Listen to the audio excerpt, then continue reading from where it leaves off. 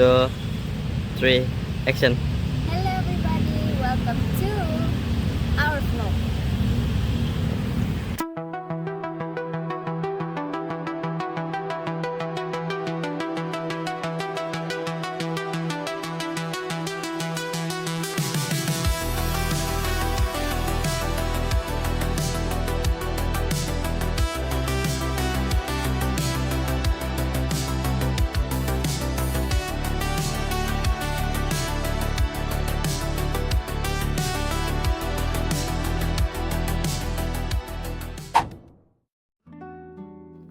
Today we're visiting a museum in West Kalimantan.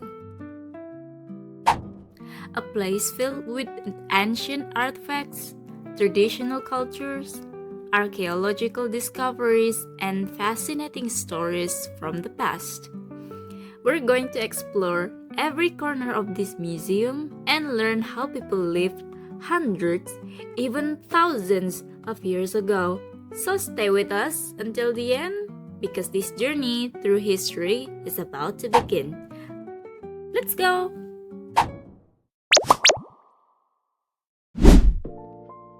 And here we are on the first floor of the museum. Our first stop is the history of the museum itself. This museum was established to preserve and showcase the cultural heritage, historical treasure, and tradition of the people of West Kalimantan. It serves as an important center for education and cultural preservation for future generations. Next, we move to Flora and Fauna section, where we can discover some of the unique animals that live in West Kalimantan. Here we can see pangolin and orangutan, as well as cat, I see a turtle, a monitor lizard, and a cobra. Many of these species are important part of Kalimantan ecosystem. Now, we are entering the prehistoric section of the museum. This exhibition tells the story of early humans and how they survived thousands of years ago. During this period, people depended on nature for food, shelter, and tools. This section represents the early hunting and gathering period. People during this time lived a simple nomadic lifestyle and relied on hunting animals and collecting plants for food. Here we can see several artifacts, including fossil wood, amethyst stones, jasper stones, and hand axes that were used in everyday life. Eventually, humans began to settle down and practice agriculture. This period is known as the farming era. The museum displays various tools used by early farmers, such as spearheads, arrowheads, flags, square axes, and adzes. These tools help community clear land, hunt animals, and improve their daily life. Next, we arrive at the archaeological section of West Kalimantan. Among them are the fragments of the square access from Nangga Balang in Kapuas Hulu Regency, animal bones, remains of the ancient boats from the Serhat Riverside site, and pieces of bolts and the pledge. These findings provide valuable information about the living life of people who lived here centuries ago. This section introduces us to the megalithic and tradition of West Kalimantan. Displayed here are stone bloods, hammerstone, guiding stone, and stone spears discovered in Melalui, Sintang, and Kapuas Hulu. These artifacts were used for daily activities, ritual, and ceremony by ancient communities. Moving on, we enter the Bronze Age section also known as the foundation period. During this era, people had developed advanced craftsmanship and began producing pottery and household items. Here we can see bowl, jar, cooking pot, and the various ceramic objects created by ancient artisans. Our journey continues to the beads collection of West Kalimantan. For centuries, beads have played an important role in the traditional of the culture of local communities. Here, we can see the first type of the traditional beads, including the cat beads, sasawork beads, glass and the necklace, and the beautiful beads necklace. These beads were not only used as ornaments but also as a symbol of social status, identity, and the cultural heritage. Next, we arrive at the museum most valuable historical object, the Nakara.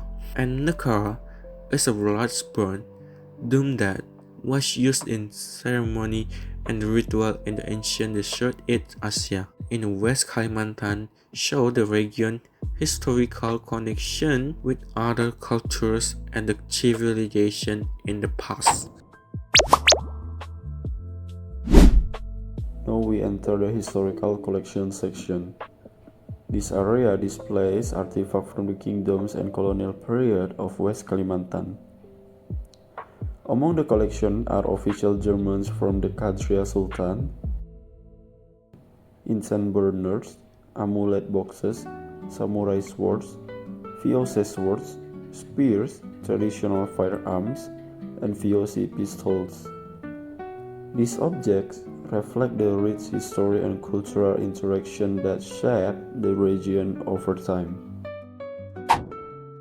This section is dedicated to heraldry, the study of royal symbols and emblems. Here we can find the symbols, ranks, and official seals of several kingdoms in West Kalimantan, including the Pontianak Sultan, the Matans Kingdom, the Kubu Kingdom, and the Silat Kingdom. These artifacts represent authority, identity, and governance during the royal era. Numismatics. For those interested in money and trade, this numismatic collection is especially fascinating. The exhibition features coins from Asia, Europe, and Indonesia, as well as ducats, coupons, and banknotes from countries such as Malaysia, Singapore, China, Germany, and Indonesia. These collections show how trade and economic activities connected different parts of the world. Our final stop on the first floor is the collection of historical statues. Here we can see replicas of Shiva, Mahadewa, Buddha, and Prajnaparamita. These statues reflect the influence of Hinduism and Buddhism on the history and culture of the Indonesia archipelago. And that's everything we explore on the first floor. Pretty interesting, right? But wait, there's still an upper floor to explore. What do you think we'll find up there? Let's go upstairs and find out. Now, as we step onto the second floor, the story becomes much more personal. This floor isn't just about objects behind glass. It's about people. It tells the story of how different communities in West Kalimantan lived their lives, from birth and marriage to death. Every artifact here represents traditions that have been passed down for generations. Let's begin our journey.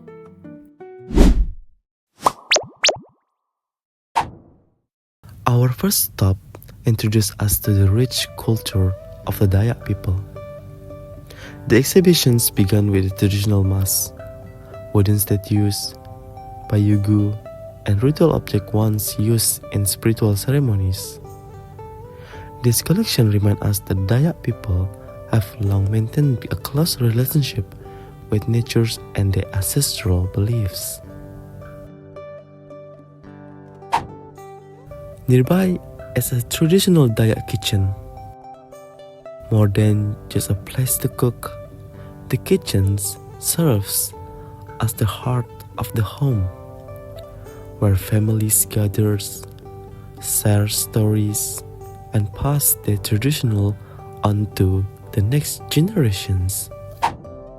Then, the museums guide us through the Dayak life cycles. It begins with birth. Here, we find objects such as tabak, woven basket, the ensought knife, pottery, and terieda, all of which play important roles in welcoming a newborn into the family. Next is the traditional marriage ceremony of the Dayak people.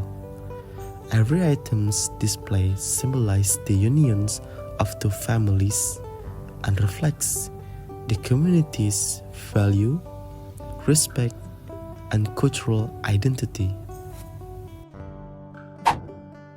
As we continue, we arrive at the circumcision ceremonies. The display includes plates, bowls, traditional fabrics, a gong, an ampitan, and the ensought knife, each representing an important part of this rite of passage.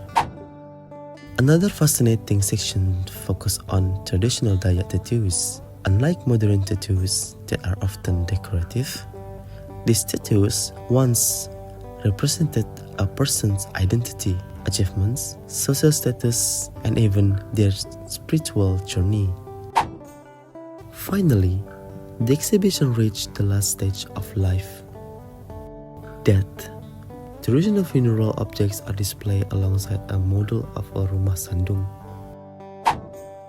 Nearby, we can also see traditional weapons and protective equipment, including the mandau, spears, blowpipe, shield, and protective baju kapuk.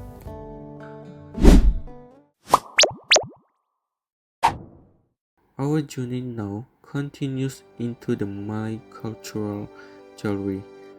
Like the Dayak exhibition, this section follows the stack of the human life.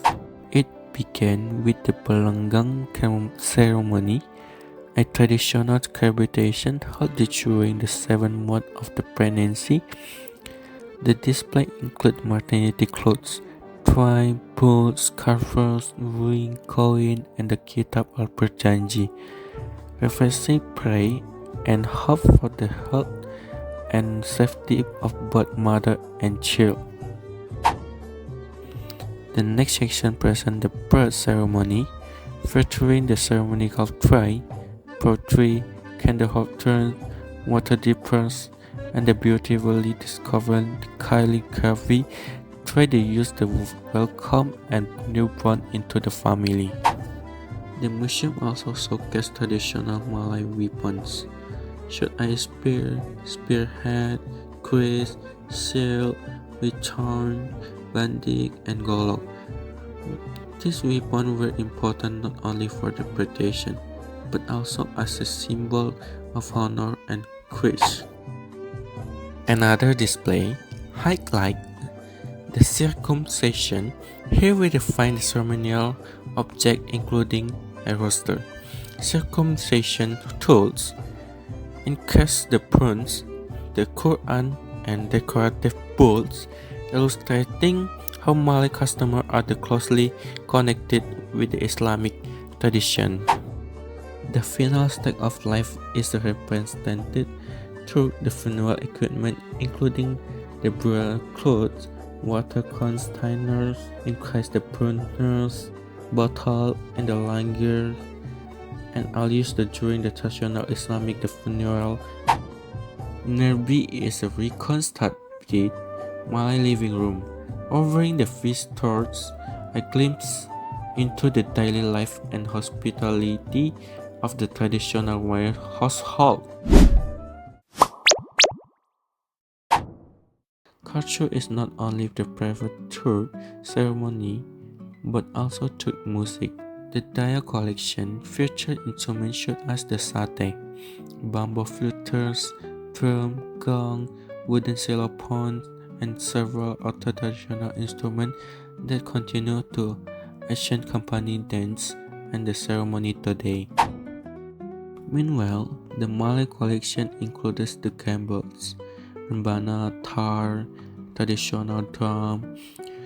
These instruments reflect the strong influence of Islamic and Middle Eastern culture of Malay musical traditional. The museum also houses an impressive physiology collection. Visitors can see handwritten advice letter, mystical manuscript, handwritten the copy as the Quran, and even a gold letter from Pontianak Sultan D. These priceless documents demonstrate the region's rich literary and intellectual heritage.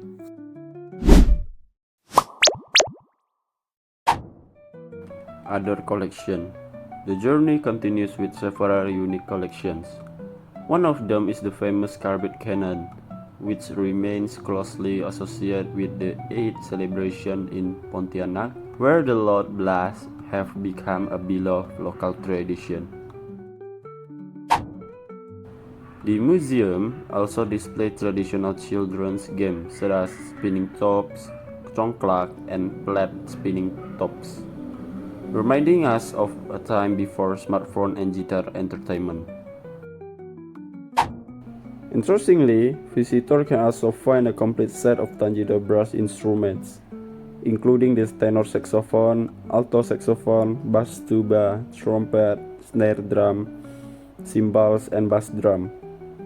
This instrument demonstrates how European musical influences eventually became part of local culture. The exhibition also highlights beautiful Dayak and Malay woven textiles, showcasing remarkable craftsmanship and artistic tradition that have survived for generations. Another section introduces the history of the Chinese community in West Kalimantan, whose contributions have played an important role in shaping the region's economy, culture, and society.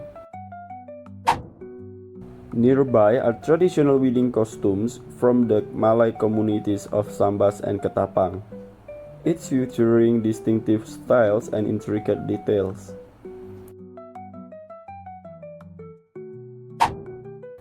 Finally, visitors can admire a collection of ceramic jars imported from various countries, providing evidence that West Kalimantan was once actively connected to international trade routes.